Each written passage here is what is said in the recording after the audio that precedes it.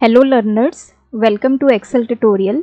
आज की वीडियो में हम सीखेंगे कैसे हम अपनी एक्सेल की शीट में लोगो को इंसर्ट कर सकते हैं। लोगो आप हेडर या फिर फुटर में लगा सकते हैं। जो मैं आपको मेथड बताऊंगी उस मेथड से आप किसी भी इमेज को हेडर या फुटर में प्लेस कर सकते हैं। तो उसके लिए हमें सबसे पहले क्या करना होगा, इंसर्ट टैब में जाना है और यहाँ पे हमें हेडर एंड फुटर मिलेगा टेक्स्ट ग्रुप में, इसको इंसर्ट करना है।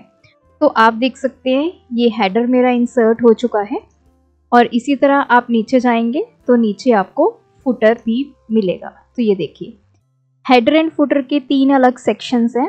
आप जिस सेक्शन में अपना लोगो लगाना चाहते हैं उस सेक्शन में आप क्लिक करेंगे।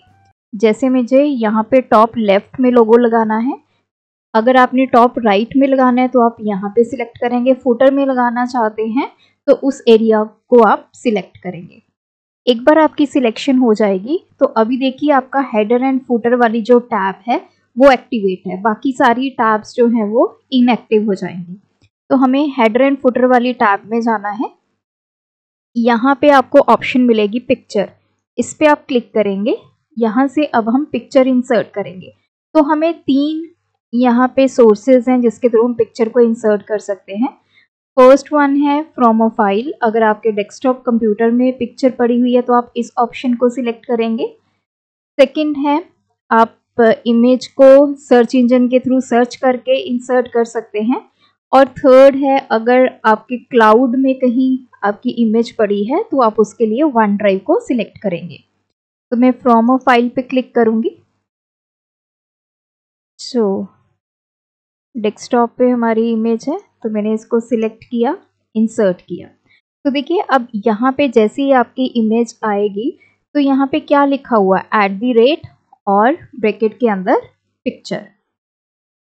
तो मैं अब आपको कंट्रोल P करके दिखाती हूँ कि मेरी जो पिक्चर है वो देखिए यहाँ पे इंसर्ट हुई है।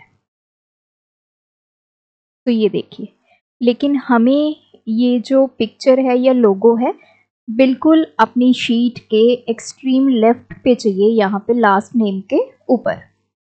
तो अब मुझे इसकी सेटिंग करनी होगी।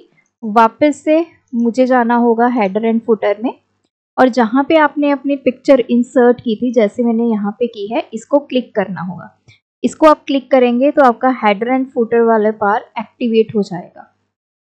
अब आपने इसकी करनी है फॉर्मेटिंग। देखिए अगर आप दूसरे कहीं पे क्लिक करेंगे तो ये फॉर्मेट पिक्चर वाला आइकन जो है वो इनएक्टिव हो जाएगा।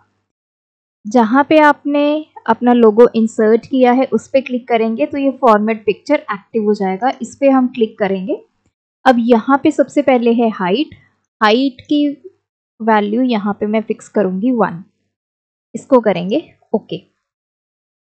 तो अब आप देखिए मेरा यहाँ पे लोगो जो है वो आ चुका है। अब मैं आपको इसका प्रीव्यू दिखाती हूँ।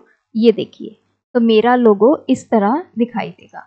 आप इसकी सेटिंग जो है वो कर सकते हैं। वापस इस पे क्लिक करेंगे, header and footer, format picture.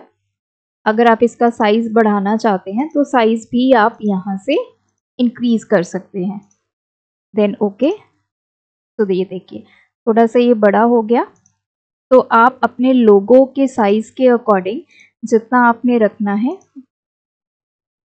उसके अकॉर्डिंग आप इसको सेट करेंगे। तो ये देखिए, अब मैं आपको कंट्रोल P करके दिखाती हूँ। तो इस तरह आपकी शीट पे लोगो आएगा जब आप इसका प्रिंट आउट लेंगे या इस शीट को आगे फॉरवर्ड करेंगे।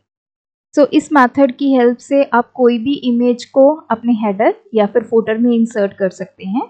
तो आज के ट्यूटोरियल में इतना ही। अगर ये ट्यूटोरियल आपको बेनिफिशियल लगा, चैनल को सब्सक्राइब कीजिए। Thanks for watching.